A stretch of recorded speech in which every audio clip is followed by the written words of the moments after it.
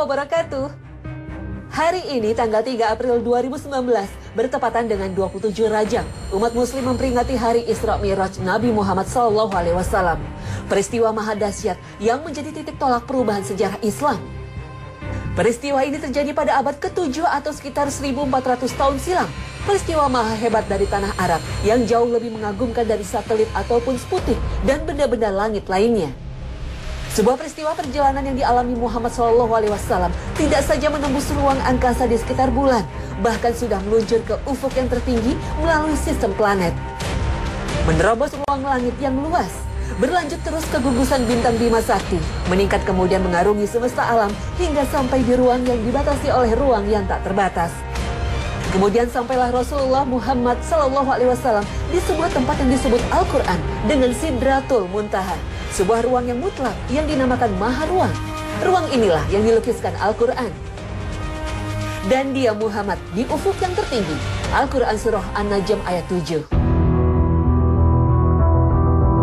Perjalanan Isra Mi'raj bukan perjalanan biasa, butuh persiapan fisik dan jiwa yang sempurna. Maka sebelum diberangkatkan, malam itu Nabi Muhammad SAW berada di Hijr Ismail dekat Ka'bah Al-Musyarrafah. Saat itu beliau berbaring di antara paman beliau Hamzah bin Abdul Muthalib dan sepupunya Ja'far bin Abi Thalib. Tiba-tiba malaikat Jibril, Mikail dan Israfil menghampiri beliau, lalu membawa beliau ke arah sumur Zamzam. Di sumur Zamzam, para malaikat itu merebahkan tubuh Rasulullah SAW. Lalu malaikat Jibril alaihi salam membelah dada Rasul sampai ke bawah perut. Malaikat Jibril berkata kepada Mikail, "Ambilkan nampan dengan air Zamzam agar aku bersihkan hatinya dan aku lapangkan dadanya." Jibril alaihi salam mengeluarkan hati Rasul SAW yang mulia, lalu menyucinya 3 kali. Kemudian didatangkan satu nampan emas dipenuhi hikmah dan keimanan, lalu dituangkan ke dalam hati beliau. Maka penuhlah hati itu dengan kesabaran, keyakinan, ilmu dan kepasrahan penuh kepada Allah Subhanahu wa taala. Kemudian ditutup kembali oleh Jibril alaihi salam. Entah apa jadinya jika bekal ini tidak diberikan pada Rasul sallallahu alaihi wasallam sebelum perjalanan. Perjalanan ini benar-benar harus mengandalkan hati, keimanan sempurna, tak ada keraguan sedikit pun. Karena perjalanan yang tidak biasa dinalar oleh akal manusia. Perjalanan Isra Mi'raj pun harus menghadirkan hati di atas segalanya. Maka perjalanan pun dimulai. Perjalanan ini dicatat dalam berbagai riwayat. 16 sahabat mulia meriwayatkan perjalanan agung Nabi SAW. Salah satunya penuturan Rasul SAW yang diriwayatkan oleh Muslim dan Nasa'i dari sahabat Anas bin Malik radhiyallahu anhu bahwa Rasulullah SAW bersabda, "Aku diberi buruk, seekor hewan yang lebih tinggi dari keledai dan lebih rendah dari bagal. Langkah hewan itu sejauh mata memandang. Aku menungganginya dan Jibril alaihi salam mendampingiku. Aku pun pergi. Di sebuah tempat Jibril berkata, 'Turunlah, salatlah di sini.' Aku pun turun dan melakukan salat. Setelah itu Jibril berkata, 'Tahukah di mana engkau tadi salat? Engkau tadi salat di Taibah atau Madinah. Di sanalah tempat hijrahmu nanti.' Setelah melanjutkan perjalanan, Jibril berkata, 'Turunlah di sini dan sholatlah.' Aku pun melaksanakan permintaannya. Setelah itu Jibril berkata, 'Tahukah di mana engkau tadi sholat? Engkau sholat di Tur Sina, di mana Allah Azza wa Jalla berbicara kepada Musa alaihi salam.' Setelah melanjutkan perjalanan, Jibril berkata, 'Turunlah di sini dan sholatlah.' Aku pun turun dan sholat. Setelah itu Jibril berkata, 'Tahukah di mana engkau tadi sholat? Engkau sholat di Bethlehem, tempat kelahiran Isa alaihi salam.' Setelah itu aku memasuki Baitul Maqdis. Di sana semua Nabi alaihi salam dikumpulkan untuk bertemu denganku. Jibril kemudian membawaku ke depan untuk menjadi imam. Aku pun lalu mengimami mereka.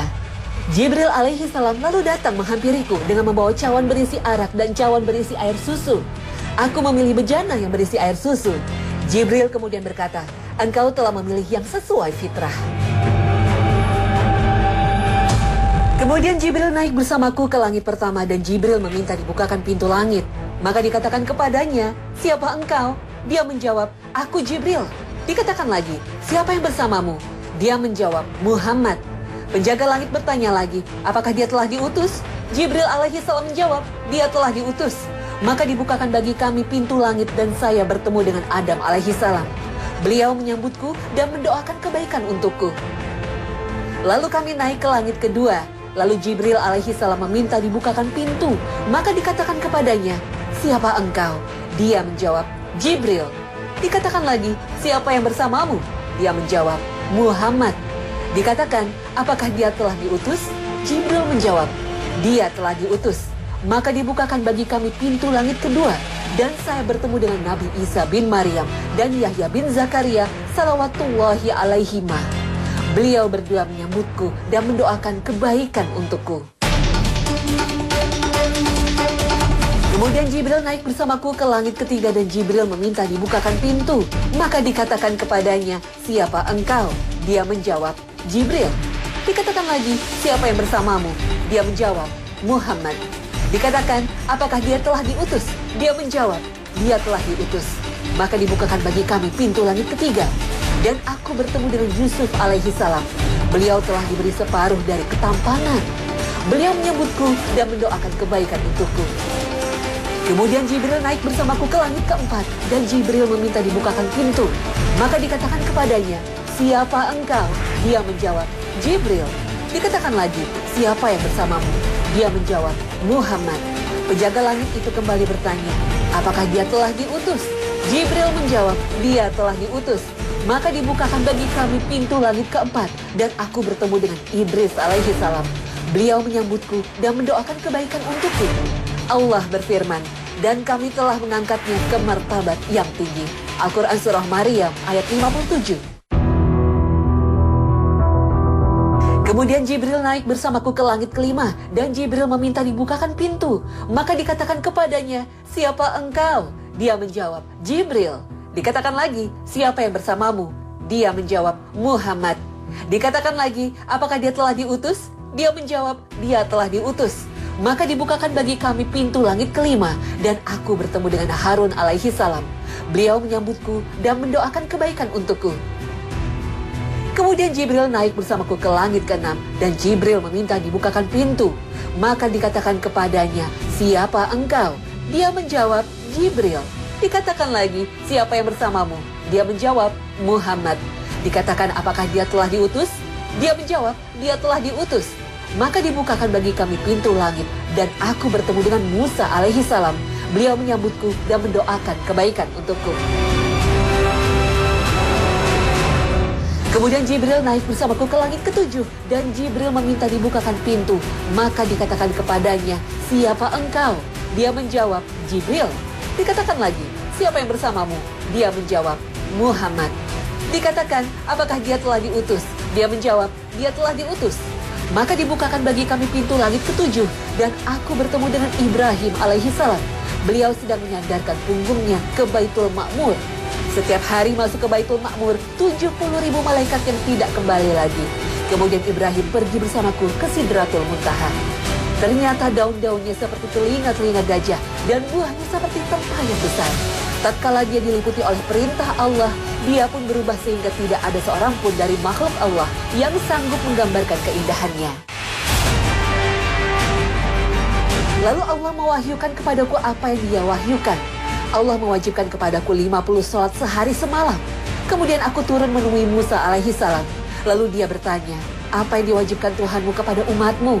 Aku menjawab, 50 sholat.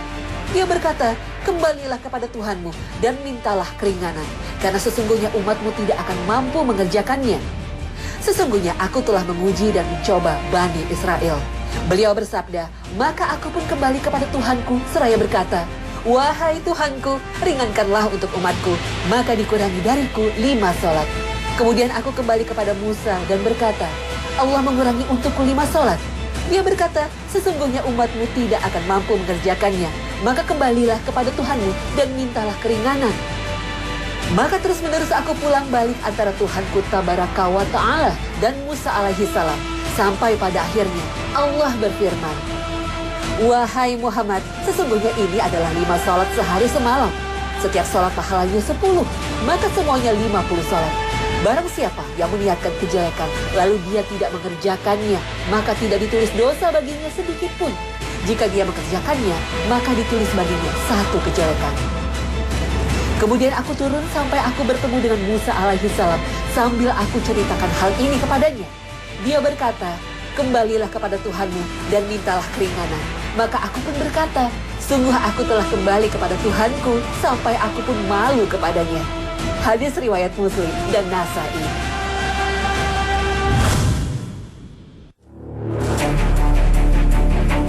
Pemirsa Hasanah, peristiwa perjalanan maha dahsyat ini dialami Rasul Muhammad SAW di saat jiwanya berada pada titik nadir, saat kepedihan menerpanya bertubi-tubi.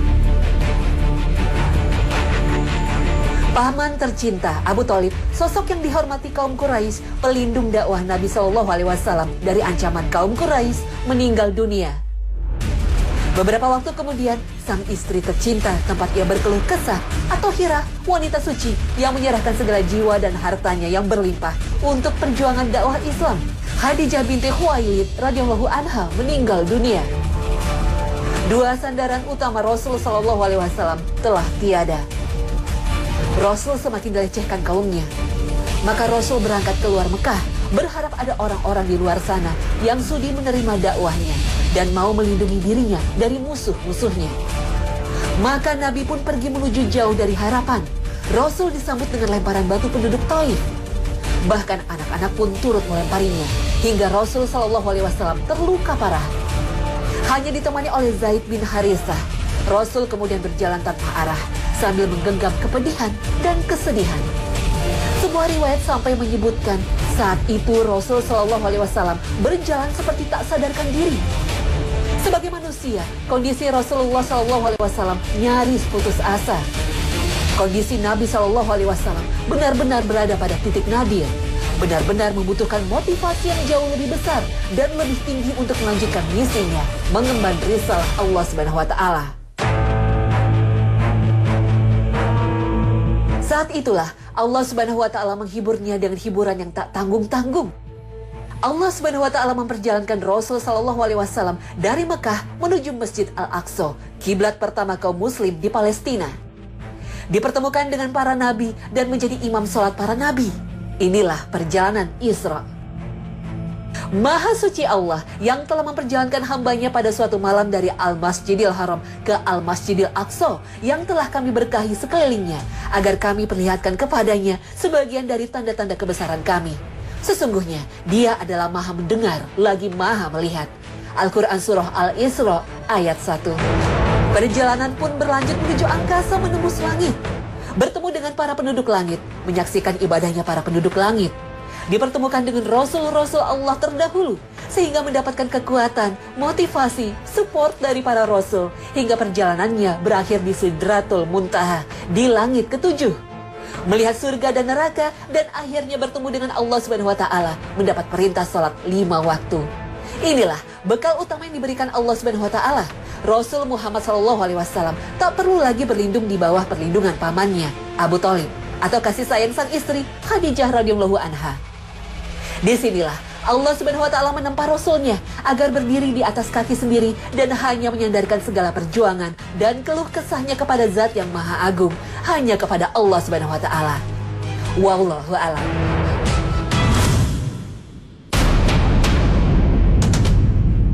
Pemirsa, mungkinkah ilmu pengetahuan mengungkap perjalanan menakjubkan dalam Isra dan Mi'raj? Jangan kemana-mana, sesaat lagi Hasanah segera kembali.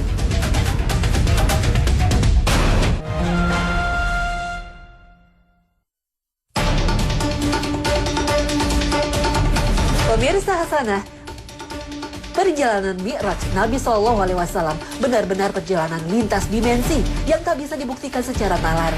Hingga kini, ilmu pengetahuan bahkan belum mampu membuktikan peristiwa maha dahsyat ini dan tetap akan menjadi misteri yang tak bisa dipecahkan ilmu pengetahuan modern.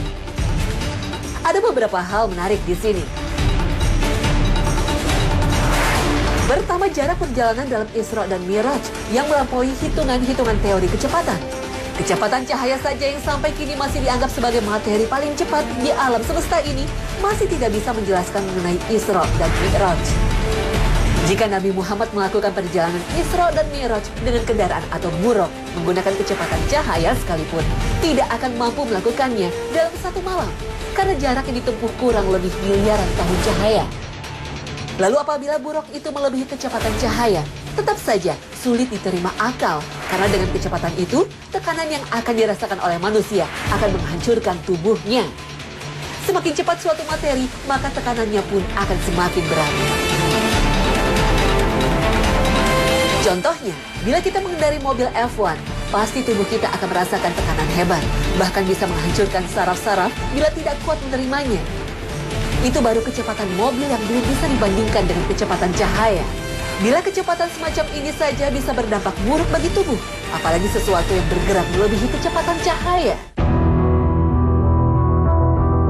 Itu sebabnya saat kabar peristiwa Isra dan Mi'raj sampai ke telinga kaum musyrik, kota Mekah gempar. Kabar ini menjadi bahan tertawaan kaum musyrik. Mereka menjadikannya bahan untuk menjatuhkan wibawa Rasul Muhammad SAW. Tidak masuk akal. Muhammad telah kehilangan akal sehatnya dan masih banyak lagi kata-kata keji dilontarkan pada Rasul SAW. Hati dan keimanan. Maka dengan itu peristiwa Isra dan Mi'raj menemukan maknanya sebagai bentuk keimanan kita kepada Rasul SAW yang merupakan rukun iman dan menjadi syarat sahnya keimanan seorang mukmin. Wallahu a'lam.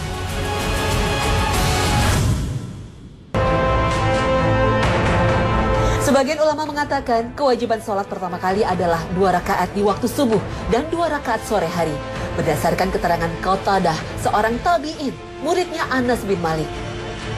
Puasa pertama kali yang diperintahkan adalah puasa 3 hari setiap bulan dan sholat 2 rakaat di waktu pagi dan 2 rakaat di waktu sore. Meskipun ada ulama yang menolak keterangan Qatadah ini, apapun itu, intinya Rasulullah SAW dan para sahabat telah mengenal sholat sebelum peristiwa Isra Mi'raj. Lalu bagaimana cara sholatnya Nabi dan umat muslim saat itu sebelum Isra dan Mi'raj? Apakah seperti yang kita kenal sekarang atau berbeda caranya? Tentang bagaimana cara sholat Nabi SAW dan kaum mukmin sebelum peristiwa Isra dan Mi'raj, seorang ulama kontemporer mengungkapkan bahwa Rasulullah SAW telah melaksanakan sholat sebelum peristiwa Isra Mi'raj di pagi dan sore hari. Bagaimana cara beliau sholat? Allahu a'lam. Yang jelas beliau sholat. Bisa jadi tata caranya dengan ijtihad mereka atau berdasarkan wahyu. Jika tata cara sholat yang beliau kerjakan ketika itu berdasarkan wahyu, maka statusnya telah mansuh atau dihapus dan diganti dengan tata cara sholat seperti saat ini. Jika berdasarkan ijtihad, syariat telah menjelaskan tata cara sholat yang benar. Syekh Atiyah Syahar pernah ditanya tentang cara sholat Rasulullah SAW di Masjidil Aqsa ketika peristiwa Isra. Beliau membawakan keterangan dari kitab Al-Mawahib Al-Laduniyah dengan syarah Az-Zarqadi. Disebutkan, cara sholat ini memang diperselisihkan. Apakah sholat wajib ataukah sunnah? Sebagian ulama mengatakan saat itu Nabi melakukan sholat wajib. Dan sebagian mengatakan saat itu Nabi melakukan sholat sunnah. Jika kita mengatakan itu wajib, lalu itu sholat apa? Apapun perselisihan dalam kasus semacam ini tidak memiliki dampak dalam pengalaman. Pemirsa Hasanah, tidak semua peristiwa bisa dijelaskan dengan logika, akal, dan teori. Dalam beberapa hal, kita harus memahami sesuatu dengan menyertakan hati. Sehingga ketika akal dan hati dipadukan, akan memancarkan kedahsyatan tiada tara. Bisa menembus dinding-dinding yang sering menutupi kemampuan akal. Wallahu a'lam.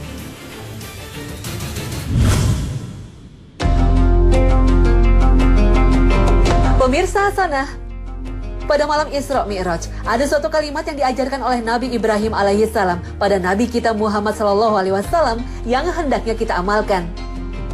Kalimat apakah itu? Abu Ayyub Al-Ansari radhiyallahu anhu menuturkan, Rasulullah SAW pada malam Isra pernah melewati Nabi Ibrahim alaihissalam. Nabi Ibrahim ketika itu bertanya pada malaikat Jibril, "Siapa yang bersamamu wahai Jibril?" Jibril menjawab, "Dia Muhammad." Ibrahim alaihissalam pun mengatakan pada Muhammad, "Perintahkanlah pada umatmu untuk membiasakan memperbanyak bacaan zikir yang nantinya akan menjadi tanaman surga. Tanahnya begitu subur, juga lahannya begitu luas." Nabi SAW bertanya, "Apa itu tanaman surga?" Ia menjawab, "La haula wa la quwwata illa billah." Tidak ada daya dalam menjauhi maksiat dan tidak ada upaya menjalankan ketaatan melainkan dengan pertolongan Allah. Hadis riwayat Ahmad.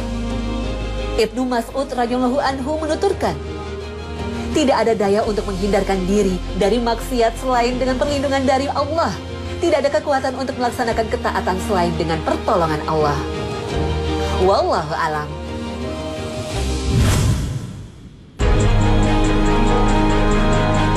Pemirsa, buruk tunggangan yang dikendarai Nabi dalam Isra Mi'raj sering digambarkan sebagai binatang seperti kuda bersayap, tapi berkepala wanita cantik, seperti binatang-binatang mitos.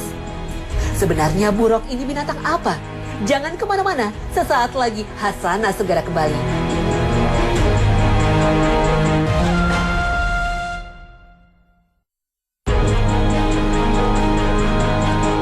Pemirsa Hasanah, perjalanan Nabi Shallallahu Alaihi Wasallam dari Mekah ke Baitul Maqdis menggunakan kendaraan yang disebut dengan buruk. Tunggangan ini memiliki kecepatan bergerak yang luar biasa, bisa melesat dengan kecepatan seperti kilat. Makhluk ini disebut buruk. Banyak orang menggambarkan buruk dengan gambaran yang bermacam-macam. Yang paling terkenal di masyarakat, buruk digambarkan sebagai kuda putih dengan dua sayap dan kepalanya berwujud wanita yang sangat cantik. Entah dari mana sumber penggambaran ini berasal. Lukisan makhluk dengan ciri seperti itu juga sering kita dapatkan dan biasanya dikasih nama buruk. Gambaran itu bahkan divisualkan dalam bentuk patung, boneka, atau kostum yang dirangkai dengan upacara adat atau peringatan-peringatan. Seperti di sebuah daerah dikenal istilah tabui. Tradisi yang diadakan di awal Muharram itu selalu menyertakan simbol buruk, berupa patung dari kayu dan rotan. Bentuknya seperti kuda besar, bersayap lebar, dan berkepala wanita cantik. Saking kreatifnya, pernah pula replika kuda berkepala wanita berwajah cantik itu diberi jilbab. Di daerah lain bahkan ada tarian tiga buruk berbentuk kuda terbang dengan berkepala seorang wanita cantik, diiringi musik rebana dan lantunan salawat ketika menyambut acara-acara penting. Lalu sebenarnya binatang apakah buruk itu? Karena sering digambarkan orang seperti binatang-binatang mitos Yunani. Penggambaran yang bermacam-macam itulah yang menjadikan buruk sebagai makhluk mitos. Buruk sendiri sebenarnya makhluk yang nyata, benar-benar ada, karena banyak disebutkan dalam hadis-hadis Nabi yang dapat dipertanggungjawabkan. Binatang itu memang tunggangan Rasul Shallallahu Alaihi Wasallam saat melakukan Isra dan Mi'raj, dengan gambaran yang berbeda dengan gambaran kebanyakan orang.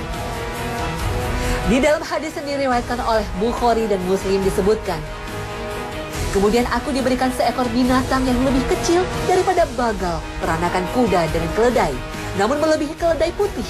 Al-Jarud mengatakan kepadanya, itu adalah buruk, wahai Abu Hamzah. Anas mengatakan, betul, dia binatang itu meletakkan langkahnya sejauh pandangan mata. Di dalam hadis yang diriwayatkan oleh Tirmizi dari Huzaifah bin Al-Yaman, dituturkan bahwa Rasulullah SAW telah diberikan seekor binatang yang punggungnya panjang dan langkahnya adalah sepanjang mata memandang.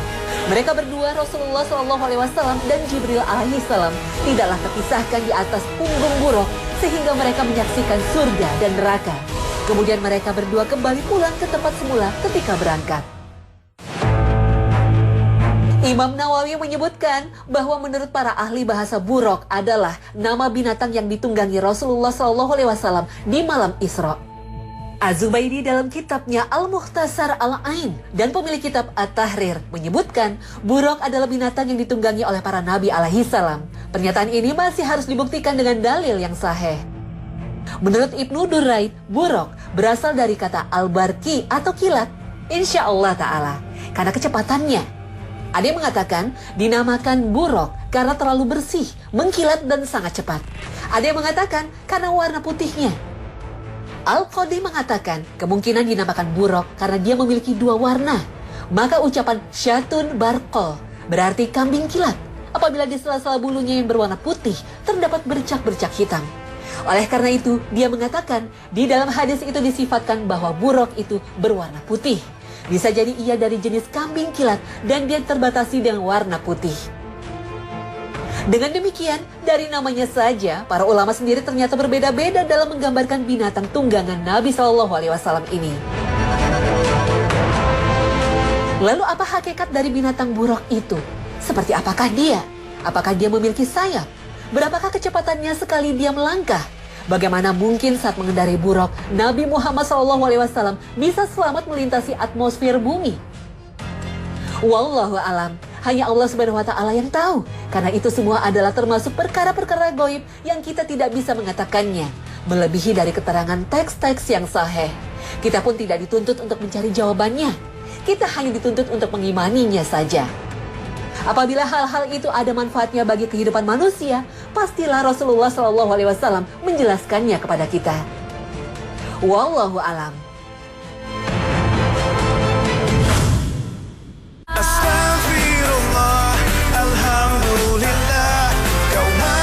Nah pemirsa, sampai di sini akhir perjumpaan kita hari ini.